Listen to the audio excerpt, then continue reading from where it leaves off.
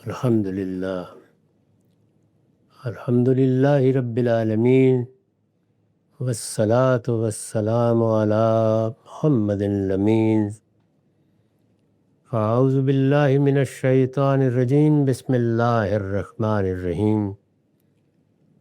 خواتین و حضرات، ہم سورہ نمل کی آیت 66 سے سورہ کا مطالعہ کر رہے ہیں۔ اس میں بات یہاں تک پہنچ گئی تھی کہ وہ لوگ جو رسالت مآب کی دعوت کو قبول کرنے کے لیے تیار نہیں ہو رہے، ان کی اصلی الجھن کیا ہے۔ چنانچہ قرآن نے بتایا کہ ان کا علم الجھ گیا ہے، ان کے ہاں آخرت کے بارے میں تردد پیدا ہوا ہے۔ انہیں یہ باور نہیں آتا کہ فی الواقع ہم جب مر جائیں گے اور مٹی ہو جائیں گے تو ہمیں دوبارہ اٹھا کھڑا کیا جائے گا۔ یہ شک میں مبتلا ہوئے ہیں، اور پھر ضد اور ہٹ درمی نے معاملہ یہاں تک پہنچا دیا ہے کہ اب یہ آخرت کے بارے میں اندھے بنے ہوئے ہیں۔ یہاں تک ہم نے پچھلی نشست میں قرآن مجید کے زاویہ نظر کو سمجھا۔ اس کے بعد اب فرمایا ہے کہ وَقَالَ الَّذِينَ كَفَرُوا أَإِذَا كُنَّا تُرَابًا، یہ منکرین کہتے ہیں کہ کیا جب ہم مٹی ہو جائیں گے، وَآبَاؤُنَا، اور ہمارے باپ دادا بھی اسی انجام کو پہنچ جائیں گے، أَإِنَّا لَمُخْرَجُونَ، تو کیا ہم قبروں سے نکالے جائیں گے۔ یعنی اس کو اب بیان کر دیا ہے کہ الجھن کہاں سے پیدا ہوئی ہے۔ انسان جب بعدین نظر میں دیکھتا ہے تو اس کو یہی محسوس ہوتا ہے کہ موت میں کیا باقی رہ گیا ہے۔ یعنی ایک بے جان لاشا، اس کو اعزاء اقربا بھی ایک آدھ دن زیادہ گھر میں رکھنے کے لیے تیار نہیں ہوتے، اور جتنی جلدی ممکن ہو سپرد خاک کرنے کے لیے بیتاب ہو جاتے ہیں۔ انہیں بھی اندازہ ہوتا ہے کہ اگر کچھ دیر اور گزری تو اسی سے گھر بھر میں تعفن پھیل جائے گا۔ یہ صورتحال کیا بتا رہی ہے؟ یعنی کچھ رہ گیا ہے یا کچھ چلا گیا ہے، یہ ذرا مشکل ہے کہ باور کیا جائے۔ پھر بارہا وہ اس کو دیکھتے تھے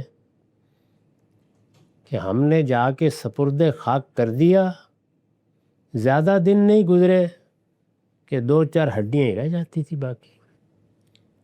یہ عام مشاہدہ تھا، اور جس طرح کی زندگی ان لوگوں کی تھی اس میں یہ مشاہدہ 2-4 دن کے بعد ہوتا ہی رہتا تھا۔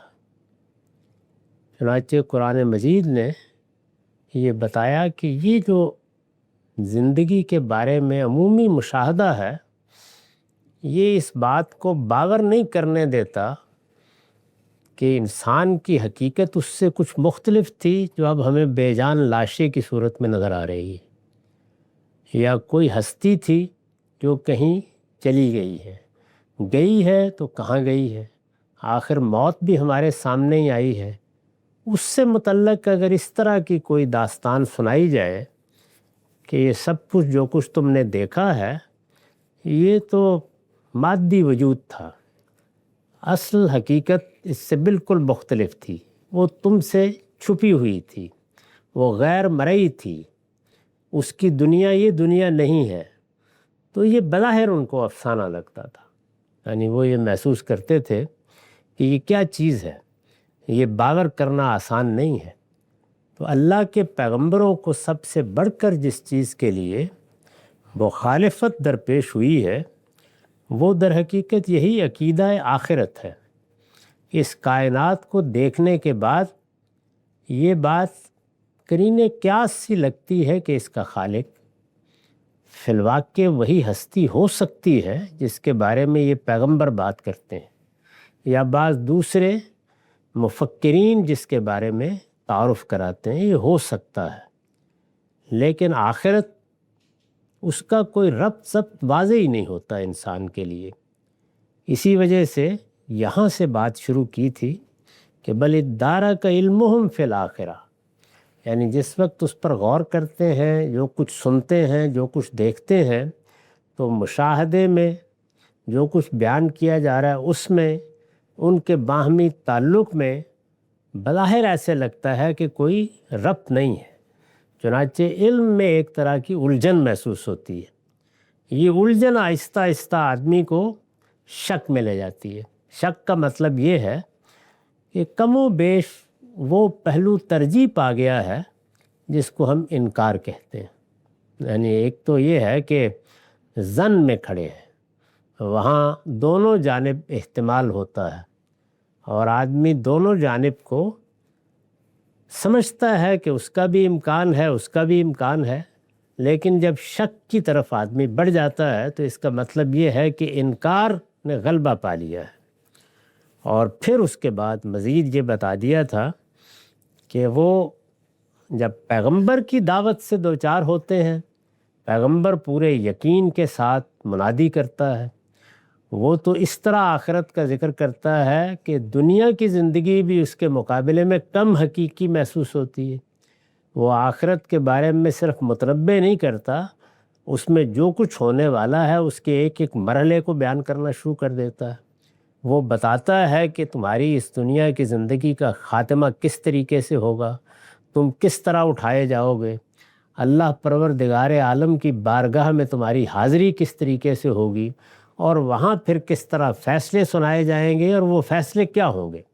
اس تفصیل کے ساتھ جب یہ سب کچھ بتایا جاتا ہے تو اس میں ظاہر ہے کہ یا تو پھر اپنے شک سے رجوع کیا جائے اور انسان آہستہ آہستہ ظن غالب کی طرف بڑھے، اور اگر پیغمبر پر اس کا اعتماد قائم ہو جائے تو اس کی بات کو مان لے اور یقین کے ساتھ زندگی بسر کرے۔ لیکن اگر ضد، اناد اور ہٹ درمی پیدا ہو جائے، اگر پیغمبر سے بھی آدمی گریزاں ہونے کا فیصلہ کر لے تو آہستہ آہستہ پھر وہ شک نہیں رہتا، وہ اس سے آگے بڑھ کر آدمی کو بالکل اندھا بہرا کر دیتا ہے۔ چنانچہ اسی کی بعض جگہ پہ یہ تصویریں بھی ہیں کہ ان کے سامنے جب اللہ کی آیات پڑھی جاتی ہیں تو یہ اندھے اور بہرے ہو کر ان پر ٹوٹ پڑتے ہیں۔ لم یخروا علیہا صم وعمیانا میں اہل ایمان کے رویے کو اس کے برعکس بیان کر کے بتایا ہے کہ ان کا رویہ کیا ہوتا ہے۔ تو اب یہ بتا دیا کہ وہ اس کے جواب میں جب گفتگو ہوتی ہے، کوئی مباحثہ ہوتا ہے، بات ہوتی ہے، ظاہر ہے کہ رسالت مآب صلی اللہ علیہ وسلم کی دعوت کو ماننے والے لوگ اپنی مجلسوں میں، اپنے گھروں میں اب اس موضوع پر بات کر رہے تھے۔ گویا پیغمبر کی منادی کے نتیجے میں آخرت ایک زندہ حقیقت کے طور پر زیر بحث آ گئی تھی۔ تو اس کے جواب میں پھر وہ یہ کہتے تھے وقال الذین کفروا، پھر وہ منکرین یہ کہتے تھے کہ اذا کننا ترابا وآباؤنا، یعنی اچھا یہی آپ لوگ بتا رہے ہیں، فی الواقع ہوگا؟ کیا یہ حقیقت ہے کہ ہم لوگ جب مٹی ہو جائیں گے اور ہمارے آبا کا بھی یہی حال ہوا، ہمارا بھی وہی ہوگا؟ آبا کو تو ہم نے دیکھ لیا ہے، یعنی وہ کس حال میں دنیا سے رخصت ہوئے، پھر وہ کس طرح سپرد خاک کیے گئے، پھر وہاں ان کا کیا حال ہوتا ہے، 12 قبریں کھودتے ہیں معلوم ہو جاتا ہے۔ تو یہ سب کچھ تو ہمارے سامنے ہے۔ تو ہمارے آبا جو مٹی ہو گئے اور ہم، ظاہر ہے کہ تجربہ یہی بتاتا ہے کہ اسی راستے پر چل رہے ہیں، ہمارا انجام بھی اس سے کچھ مختلف نہیں ہونا۔ تو اس کے بعد کیا تم لوگ اصرار کر رہے ہو انا لمخرجون، یا ہم پھر قبروں سے نکالے جائیں گے؟ تو یہ ان کے استجاب کو بیان کیا ہے۔ یہ استجاب اس طرح کے الفاظ میں، اس سے مختلف الفاظ میں جگہ جگہ نقل ہوا ہے، خاص طور پر سورہ قاف میں دیکھیے تو بالکل ابتدا میں تو یہ الفاظ بھی ہیں کہ ذالک رجع بعید، یعنی یہ جو لوٹنے کا معاملہ ہے یہ کچھ گرفت میں نہیں آتا، یہ تو بہت بعید از قیاس بات نظر آتی ہے۔ ارشاد ہوا لقد وعدنا ھذا نحن وآباؤنا من قبل، یہ دھمکی ہمیں بھی دی گئی ہے اور اس سے پہلے ہمارے باپ دادا کو بھی دی گئی تھی، یعنی وہ پیغمبروں کی جو تاریخ رہی ہے اس سے واقف ہے۔ تو یہ کہتے ہیں کہ ہمیں بھی اب آپ لوگوں نے آ کے یہی سنانا شروع کر دیا ہے، قیامت قیامت آئے گی، ایک دن سب کچھ ختم ہو جائے گا، زمین آسمان میں کوئی چیز باقی نہیں رہے گی، سور پھونکا جائے گا، لوگ اٹھیں گے۔ ہمیں بھی تم لوگ یہ بتا رہے ہو اور ہمیں معلوم ہے، ہم جانتے ہیں، ہم اس تاریخ سے ناواقف نہیں ہیں کہ اس سے پہلے ہمارے باپ دادا کو بھی یہی دھمکی دی گئی تھی۔ ان ھذا الا اساطیر الاولین، کچھ نہیں، یہ محض اگلوں کی کہانی ہے۔ یعنی یہ بات سمجھ میں نہیں آتی، یہ تو در حقیقت وہی داستانیں ہیں جو پہلے بھی لوگوں کو سنائی جاتی رہی ہیں۔ اس کی مختلف قسمیں ہیں، اس کے مختلف مناہج ہیں، اس کی تفصیلات میں بھی ایک تمدن میں دوسری تہذیب میں یہ بات سنا دی، وہ بات سنا دی، انہی سے دیوی دیوتا بھی بن گئے، انہی سے ان کی بارگاہ میں حاضری کے تصورات بھی پیدا ہو گئے۔ تو یہ اسی طرح کی کہانیاں ہیں۔ وہ لوگ بھی یہ کہانیاں سناتے ہیں جو بظاہر ذات باری کا یا پیغمبری کا ذکر نہیں کرتے، تم لوگ بھی ایسی ہی کہانیاں سناتے ہو۔ تو یہ کیا ہیں؟ اساطیر الاولین، پہلوں کی کہانیاں۔ یہ منکرین کہتے ہیں کہ کیا جب ہم مٹی ہو جائیں گے اور ہمارے باپ دادا بھی، تو کیا ہم قبروں سے نکالے جائیں گے؟ یہ دھمکی ہمیں بھی دی گئی ہے اور اس سے پہلے ہمارے باپ دادا کو بھی دی گئی تھی۔ کچھ نہیں، یہ محض اگلوں کی کہانیاں ہیں۔ قل سیروا فی الارض فانظروا کیف کان عاقبۃ المجرمین، اس کے جواب میں فرمایا ان سے کہو نہیں مانتے ہو تو ذرا اپنی اس سرزمین ہی میں چلو پھرو، پھر دیکھ لو کہ ان مجرموں کا انجام کیا ہوا جو تم سے پہلے اسی طرح کی باتیں کرتے تھے۔ قرآن مجید جس حتمی حجت کو لوگوں کے سامنے پیش کرتا ہے، خاص طور پر جو اس کے اولین مخاطبین ہیں، ان میں قیامت سے متعلق دوسرے تمام پہلو تو زیر بحث آتے ہیں، یعنی نفس انسانی میں جو خیر و شر کا شعور دیا گیا ہے وہ کس طریقے سے ایک نتیجے کا تقاضا کرتا ہے، انسان کی اپنی ذات میں جو ناتمامی ہے بلکہ اس کی کائنات میں بھی جس کے مظاہر ہم دیکھتے ہیں وہ کس طرح عقلاً تقاضا کرتی ہے کہ یہ اتمام تک پہنچے۔ ان تمام پہلوؤں سے انفس کے آفاق کے دلائل قرآن مجید آخرت کے بارے میں بھی دیتا ہے، لیکن وہ چیز جس کو وہ حتمی حجت کے طور پر پیش کرتا ہے وہ اس دنیا میں دینونت کا ظہور ہے، اور یہی چیز ہے جس کو پیغمبروں کے لیے گویا ایک تائیدی حقیقت کے طور پر قرآن مجید نے جگہ جگہ پیش فرمایا ہے۔ یعنی اس کے استدلال کا تتمہ ہے، یہ یہاں ختم ہوتا ہے استدلال۔ سادہ لفظوں میں بیان کیجئے تو یہ ہے کہ عقل کہتی ہے کہ اس دنیا کا انجام ہونا چاہیے، عقل تقاضا کرتی ہے کہ ہمارے اندر جو خیر و شر کا شعور ہے وہ نتیجہ خیز ہو۔ اس کائنات میں اللہ تعالیٰ کے جو قوانین کار فرما ہیں وہ سب یہ بتا رہے ہیں کہ ایک خاص طرح کی اسکیم ہے جو یہاں روبہ عمل ہو رہی ہے، اس کو ہر حال میں کسی نتیجے تک پہنچنا چاہیے۔ یہ دنیا عبث نہیں ہو سکتی۔ اس اہتمام کے ساتھ اس کو بنا کر یہ کیسے تصور کیا جا سکتا ہے کہ یہ موت پر ختم ہو جائے، مٹی ہو جانے پر ختم ہو جائے؟ تو گوناگوں پہلوؤں سے وہ اس پر گفتگو کرتا ہے، لیکن آخر میں پھر یہ بتاتا ہے کہ اس دنیا میں تو ہم نے قوموں کے معاملے میں یہ قیامت برپا کر کے دکھا دی ہے۔ یہ دینونت، یہ جزا و سزا جس کے شواہد قرآن پیش کرتا ہے، یہ اللہ تعالیٰ نے پیغمبروں کے ذریعے سے برپا کر کے دکھائی ہے۔ سرزمین عرب میں اس کی نشانیاں موجود تھیں، اور بالکل واضح نشانیاں، یعنی وہ بستیاں موجود تھیں جو اسی طرح تباہ و برباد کر دی گئیں۔ ان کے بارے میں جو کچھ ان کی اپنی روایات بتاتی تھیں وہ بھی اسی مقدمے کی تائید کر رہی تھیں۔ چنانچہ یہاں ایک اجمال کے ساتھ اسی کی جانب توجہ دلا دی۔ بہت سی جگہوں پر اس کی تفصیل ہے، اس سے پیچھے بھی ہم پڑھ چکے ہیں۔ قل سیروا فی الارض فانظروا کیف کان عاقبۃ المجرمین، ان سے کہو نہیں مانتے ہو تو ذرا اپنی اس سرزمینی میں چلو پھرو، پھر دیکھ لو کہ ان مجرموں کا انجام کیا ہوا جو تم سے پہلے اسی طرح کی باتیں کرتے تھے۔ میں نے لکھا ہے یعنی عاد و سمود وغیرہ۔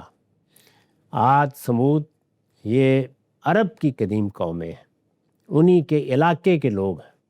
ایک لحاظ سے اگر آبا مان لیا جائے تو ان سے پہلی قوموں کی صورت میں یہ ان کے آبائی تھے، یعنی عاد و ثمود وغیرہ جن کی سرگزشتیں قرآن میں جگہ جگہ بیان ہوئی ہیں اور جن کے تباہ شدہ آثار سرزمین عربی میں موجود تھے۔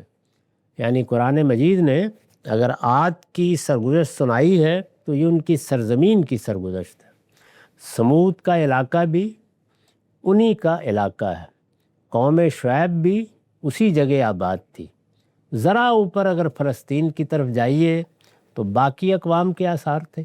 تو یہ سارا علاقہ بالکل قریب کا علاقہ ہے جس میں اللہ تعالیٰ کی دینونت بار بار سامنے آئی، اسی کو استدلال میں قرآن نے پیش کیا ہے۔ قل سیروا فی الارض فانظروا کیف کان عاقبۃ المجرمین ولا تحزن علیہم ولا تکن فی ضیق مما یمکرون۔ ان پر افسوس نہ کرو اے پیغمبر۔ یہ عام طور پر ہم نے دیکھا ہے کہ جب سورہ خاتمے کے قریب پہنچتی ہے تو پیغمبر کی طرف التفات بھی ہوتا ہے اور تسلی کا مضمون شروع ہو جاتا ہے۔ ان پر افسوس نہ کرو اے پیغمبر، اور جو چالیں یہ چل رہے ہیں تم ان پر دل تنگ نہ ہو۔ یعنی یہ جو رد عمل سامنے آیا ہے، جس طرح کی حفوات اب ان کی طرف سے دیکھ رہے ہو، اس پر دل تنگ ہونے کی ضرورت نہیں ہے۔ دوسری جگہ بتایا ہے کہ یہ بالکل وہی باتیں ہیں جو ہر قوم کرتی رہی ہے۔ اللہ ان کو توفیق دیتا تو یہ سر تسلیم خم کر دیتے۔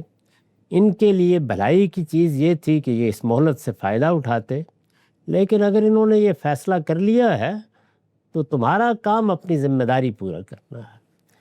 یہ کہ تم اپنی بات پہنچا دو، جو ہم نے پیغام تمہارے سپرد کیا ہے بے کم و کاست ان کے سامنے رکھ دو، تمہارا کام یہی ہے۔ یہ کہ ہم کو حساب لینا ہے وہ ہماری ذمہ داری ہے۔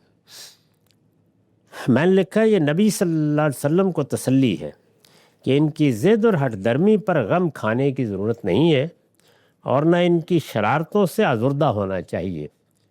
آپ اپنا فرض ادا کیجئے، یہ خدا کی گرفت میں ہے، اس سے بھاگ کر کہیں نہیں جا سکتے۔ ان پر افسوس نہ کرو اے پیغمبر، جو چالیں یہ چل رہے ہیں تم ان پر دل تنگ نہ ہو۔ وَيَقُولُونَ مَتَىٰ هَٰذَا الْوَعْدُ إِن كُنتُمْ صَادِقِينَ۔ یہ پوچھتے ہیں کہ اگر تم لوگ سچے ہو تو یہ وعدہ کب پورا ہوگا؟ یعنی پھر جب کچھ بات آگے بڑھتی تھی انکار کر دیتے، ضد ہٹ درمی کے ساتھ بات ماننے کی بجائے پیغمبری پر پل پڑتے۔ لیکن جب ذرا بات آگے بڑھتی تو پھر یہ کہتے کہ اچھا ان قوموں پر عذاب آ گیا تھا، ان کے پیغمبروں نے ان کو بتایا تھا، یہی بتا رہے ہو تم لوگ، تو تم بھی تو ہمیں یہی بات بتا رہے ہو، پھر ذرا یہ بتاؤ کہ وہ تمہارا عذاب کب آئے گا اور یہ قیامت کس دن زمین پر نازل ہوگی۔ یعنی پھر گویا بات یہاں پہنچ جاتی تھی۔ یہ پوچھتے ہیں کہ اگر تم لوگ سچے ہو تو یہ وعدہ کب پورا ہوگا۔ وَيَقُولُونَ مَتَىٰ هَٰذَا الْوَعْدُ إِن كُنتُمْ صَادِقِينَ قُلْ عَسَىٰ أَن يَكُونَ رَدِفَ لَكُمْ بَعْضُ الَّذِي تَسْتَعْجِلُونَ۔ ان سے کہو کہ جس قیامت کے لیے جلدی مچائے ہوئے ہو، بہت ممکن ہے کہ اس میں سے کچھ تمہارے پیچھے ہی لگا ہوا ہو۔ یعنی اللہ تعالیٰ نے اس کا وقت مقرر کر رکھا ہے، لیکن یہ قیامت تمہارے لیے تو قریب آ لگی ہے۔ یعنی جس طریقے سے بعض موقعوں پر رسالت مآب نے توجہ دلائی کہ بھائی آخر قیامت کے بارے میں کیا بحثیں کر رہے ہو، جس شخص کی موت آ گئی اس کی قیامت تو ہو گئی، من ماتا وقت قامت قیامت ہو۔ تو ایسے ہی جن قوموں کی طرف اللہ کے پیغمبر آتے ہیں ان کو یہ توجہ دلائی جاتی ہے کہ قیامت کبریٰ چلیے وہ تو ابھی ذرا دیر سے آئے گی، لیکن تم تو اس وقت معرض امتحانی میں نہیں بلکہ اللہ کی دینونت کی زد میں ہو۔ تمہارا معاملہ تو دوسری قوموں سے بہت مختلف ہو گیا ہے۔ تو کیا بعید ہے کہ جس قیامت کا تم انتظار کر رہے ہو وہ اللہ کے عذاب کی صورت میں تم پر تو ٹوٹ ہی پڑے گی۔ تو توجہ دلائی ان کو، یہ کیا مانگ رہے ہو؟ یعنی تمہیں رحمت مانگنی چاہیے تھی، اللہ کی عنایت کی طرف متوجہ ہونا چاہیے تھا، لیکن یہ کر رہے ہو۔ اس کی وضاحت میں حاشیہ ہے، یعنی وہ قیامت صغریٰ جو رسولوں کی طرف سے اتمام حجت کے بعد ان کے منکرین کا گویا تعاقب کر رہی ہوتی ہے۔ یہ اس کے بارے میں فرمایا ہے کہ کیا کہا جا سکتا ہے جس قیامت کے بارے میں تم اس طرح چندرا چندرا کر سوالات کرتے ہو، تمہارے پیچھے لگی ہوئی آ رہی ہو۔ تمہاری قیامت تو بہرحال تمہارے سروں پر منڈلا رہی ہے، سوچو اس کے بارے میں۔ ان سے کہو کہ جس قیامت کے لیے جلدی مچائے ہوئے ہو، بہت ممکن ہے کہ اس میں سے کچھ تمہارے پیچھے ہی لگا ہوا ہو۔ وَإِنَّ رَبَّكَ لَذُو فَضْلٍ عَلَى النَّاسِ وَلَكِنَّ أَكْثَرَهُمْ لَا يَشْكُرُونَ۔ اس وقت جو مہلت تمہیں ملی ہوئی ہے وہ تمہارے ہی فائدے کے لیے ہے۔ حقیقت یہ ہے کہ تیرا پروردگار لوگوں پر بڑا فضل فرمانے والا ہے، مگر ان میں سے اکثر شکر گزار نہیں ہوتے۔ یعنی زمین اس کی، آسمان اس کا، کائنات کا مالک، اس کے ایک اشارے پر چشم زدن میں سب کچھ برپا ہو جائے، اس کے باوست میں مہلت دیے رہتا ہے۔ تم اس کی زمین پر کھڑے ہو کر اسی کے بارے میں بحثیں کرتے ہو۔ وہ اپنا پیغمبر منتخب کرتا ہے، تمہارے اندر سے اس کو اٹھا کے تمہاری ہدایت کا اہتمام کرتا ہے، تم اس کے دشمن ہو جاتے ہو، یہاں تک کہ اس کو قتل تک کر دینے کے منصوبے بنانے لگ جاتے ہو، اپنے گھر سے نکال دینے کے لیے بےتاب ہو جاتے ہو۔ یہ سب کیا ہے؟ تم نے کبھی اس بات پر غور کیا ہے؟ تو توجہ دلائی کہ یہ تمہارے فائدے کے لیے مہلت دی جاتی ہے، تمہیں موقع دیا جا رہا ہے۔ سوچ لو، غور کر لو، اللہ نے جو عقل عطا فرمائی ہے ذرا اسے کام میں لاؤ۔ لیکن تم کیا کرتے ہو؟ اس طرح کی ضد، ایسی ہٹ درمی، اس طریقے سے پیغمبر کا انکار، اس پر اب یہ بڑی حسرت کے انداز میں کہا ہے کہ اس وقت جو مہلت تمہیں ملی ہوئی ہے وہ تمہارے ہی فائدے کے لیے ہے۔ اگر اللہ تعالیٰ کی طرف سے فوراً قیامت ٹوٹ نہیں پڑ رہی اور تمہارے اوپر وہ عذاب اسی وقت نہیں آ رہا جس کے بارے میں تمہیں متنبع کیا جا رہا ہے، تو یہ مہلت ہے۔ یہ مہلت اس لیے ہے کہ تمہیں غور کرنے کا وقت ملے، تم اپنا فیصلہ کر سکو، تم پر فوراً ہی تازیانہ نہ برسا دیا جائے تمہارے فائدے کے لیے۔ اور یہ فائدہ کون سوچتا ہے؟ وہی جو بہت صاحب فضل ہو، جو بہت صاحب عنایت ہو۔ اللہ کو تمہاری کیا پڑی؟ یعنی کیا وہ تمہارا محتاج ہے؟ تم ہی اس کے محتاج ہو۔ کیا اس کو تم سے کچھ چاہیے؟ سب کچھ اسی کے پاس ہے، رزق اس کا، عنایات اس کی، افضال اس کے، اس کے بعد بھی یہ خیال کرتے ہو۔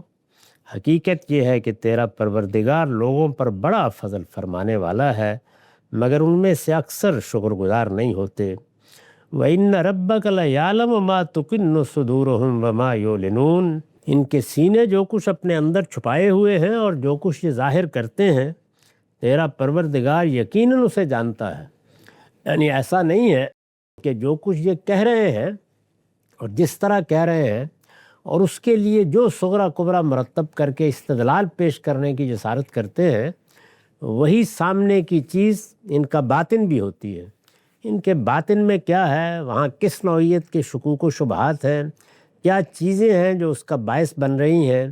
اللہ تعالیٰ نے جو مطالبات کیے ہیں، وہ جو تقاضے انسان سے کرتا ہے، وہ کس طرح ان کے ہاں اس گریز و فرار کا باعث بنے ہیں، اللہ اس کو بھی جانتا ہے۔ جو کچھ ان کی زبان سے نکل رہا ہے اس سے بھی واقف ہے۔ وَمَا مِنْ غَائِبَةٍ فِي السَّمَاءِ وَالْأَرْضِ إِلَّا فِي كِتَابٍ مُبِينٍ۔ زمین و آسمان میں کوئی ایسی چھپی ہوئی چیز نہیں ہے جو ایک واضح کتاب میں درج نہ ہو۔ یہ جو ان کے جلدی مچانے پر تبصرہ کیا ہے، اور اس میں ظاہر ہے کہ تنبیہ بھی ہے، اللہ کے افضال و عنایات کا ذکر بھی ہے، مہلت کی حکمت بھی ہے، اور اس کے ساتھ ایک بڑی شدید وعید بھی۔ اس پر میں نے لکھا ہے، ان الفاظ میں جو تہدید و وعید ہے اسے قرآن کے طلبہ سمجھ سکتے ہیں۔ گویا مدعا یہ ہے، یعنی جو خاتمہ کیا ہے کہ زمین و آسمان میں کوئی ایسی چھپی ہوئی چیز نہیں ہے جو ایک واضح کتاب میں درج نہ ہو۔ ان الفاظ میں جو تہدید و وعید ہے اسے قرآن کے طلبہ سمجھ سکتے ہیں۔ گویا مدعا یہ ہے کہ تمہارے سب کرتوت اس نے لکھ رکھے۔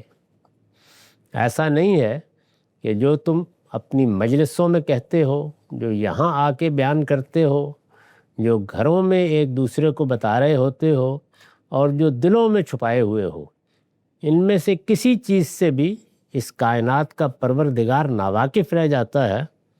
وہ نہ صرف یہ کہ سب کچھ سنتا، سب کچھ دیکھتا ہے، بلکہ جو کچھ تم کہہ رہے ہو اور جو کچھ کر رہے ہو وہ ہمارے ہاں کتاب میں درج ہوتا جا رہا ہے۔ گویا مدعا یہ ہے کہ تمہارے سب کرتوت اس نے لکھ رکھے ہیں، اس سے کوئی چیز بھی چھپی نہ رہے گی۔ جس چیز کے لیے جلدی مچا رہے ہو وہ اسی لیے تو آئے گی کہ تمہارا یہ اعمال نامہ تمہارے سامنے کھول دے۔ یعنی وہ دن محض ایک واقعہ نہیں ہے جس کا بیان کیا جا رہا ہے، وہ دن حساب کا دن ہے۔ اس میں سب کے اعمال نامے ان کے ہاتھوں میں پکڑائے جائیں گے۔ تم جو کچھ کر رہے ہو یہ سب وہاں لکھا ہوا ہوگا۔ جن محرکات کے تحت کر رہے ہو وہ بھی سامنے آ جائیں گے۔ تو یہ بتاؤ کہ کیا کبھی سوچا ہے کہ اس وقت تمہارے ساتھ کیا ہوگا؟ وہ اسی لیے تو آئے گی۔ یعنی بار بار کہتے ہو قیامت کہاں رہ گئی، عذاب کہاں رہ گیا، وہ اسی لیے تو آئے گی کہ تمہارے یہ اعمال نامہ تمہارے سامنے کھول دے۔ اس لیے سوچ لو کس چیز کے لیے جلدی مچا رہے ہیں۔ یعنی اگر یہ بار بار کہہ رہے ہو تو اس کا نتیجہ کیا ہمارے خلاف نکلنا ہے اگر یہ عذاب آ گیا اور اگر یہ قیامت برپا ہو گئی؟ تمہارے اعمال نامے کیا ایسے ہیں کہ چلو تم یہ کہتے ہو کہ اگر آ ہی جاتی ہے تو ہم تو وہاں کامیابی ہوں گے؟ تو یہ آخری درجے میں گویا تہدید بھی ہے اور وعید بھی کہ سوچو کیا کر رہے ہو۔ ان ھذا القرآن یقص علی بنی اسرائیل اکثر الذی ہم فیہ یختلفون۔ یہ ان کی باتوں سے گمراہ نہ ہوں، اس لیے کہ یہ قرآن بنی اسرائیل پر بھی یقیناً وہ بہت سی چیزیں واضح کر رہا ہے جن میں وہ اختلاف کر رہے ہیں۔ یہ ان اختلافات کی طرف اشارہ ہے جو بنی اسرائیل رسول اللہ صلی اللہ علیہ وسلم کی بعثت سے متعلق بعض حقائق سے رکھتے تھے۔ ان صورتوں میں بعض جگہوں پر یہ اشارات سامنے آ جاتے ہیں کہ اب بنی اسرائیل بھی کسی درجے میں پیچھے ہے۔ چنانچہ پیچھے بھی ہم نے یہ دیکھا کہ اس چیز کو دلیل کے طور پر پیش کیا گیا کہ کیا یہ نشانی کم ہے کہ بنی اسرائیل کے علماء پوری طرح واقف ہیں کہ یہی وہ پیغمبر ہیں جن کی بعثت کی خبر دی گئی تھی۔ یہاں بھی یہ بتایا ہے کہ بنی اسرائیل بھی اس معاملے میں ان میں شکوک و شبہات پیدا کرنے کا باعث بنتے ہیں۔ اس کے نتیجے میں ان کی گمراہی میں اور اضافہ ہوتا ہے۔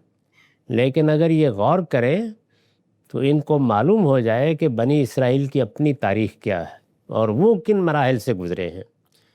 یہ ان کی باتوں سے گمراہ نہ ہو، اس لیے کہ یہ قرآن بنی اسرائیل پر بھی یقیناً وہ بہت سی چیزیں واضح کر رہا ہے جن میں وہ اختلاف کر رہے ہیں۔ تو میں نے عرض کیا کہ بنی اسرائیل خاص طور پر رسول اللہ کی بعثت کے بارے میں، یعنی ان میں وہ بھی تھے جو اس بات کا اعتراف کرتے تھے کہ ہاں ہمیں بتایا گیا ہے کہ ایک آخری پیغمبر کو آنا ہے، اس کی نشانیاں بیان کی گئی ہیں، اور وہ بھی تھے کہ جو اصرار کرتے تھے کہ پیغمبر آئے گا تو ہمارے ہی اندر آئے گا۔ بنی اسرائیل آخری پیغمبر سے کس طرح محروم رکھے جا سکتے ہیں؟ یہ ان اختلافات کی طرف اشارہ فرمایا اور یہ کہا کہ یہ لوگ بنی اسرائیل کی باتوں کو توجہ سے سنتے ہیں لیکن ان سے گمراہی نہ خریدیں۔ یہ قرآن بنی اسرائیل پر بھی یقیناً وہ بہت سی چیزیں واضح کر رہا ہے جن میں وہ اختلاف کر رہے ہیں، اور اس میں شبہ نہیں کہ ماننے والوں کے لیے تو یہ سراسر ہدایت اور رحمت ہے۔ وَإِنَّهُ لَهُدًى وَرَحْمَةٌ لِّلْمُؤْمِنِينَ۔ تو یہ بتا دیا کہ ایمان والوں کو ایمان نصیب ہو رہا ہے، ان کے لیے یہ ہدایت کا پیغام ہے۔ بنی اسرائیل کو بھی تنبیہ کی جا رہی ہے کہ وہ اپنے ہاں جو اختلافات کر رہے ہیں ان سے نکلیں اور صحیح بات کو پہچانیں۔ تو اس وجہ سے دائیں بائیں دیکھ کر اپنی گمراہی کا سامان نہ کرو، وہ بات سمجھو جو تمہیں بتائی جا رہی ہے اور اس چیز سے عبرت حاصل کرو جو خود تمہارے گرد و پیش میں تمہیں درس دے رہی ہے کہ پیغمبروں کی بعثت کے بعد پھر عذاب ہی آیا کرتا ہے۔ اقول قولی ھذا واستغفر اللہ لی ولکم ولسائر المسلمین۔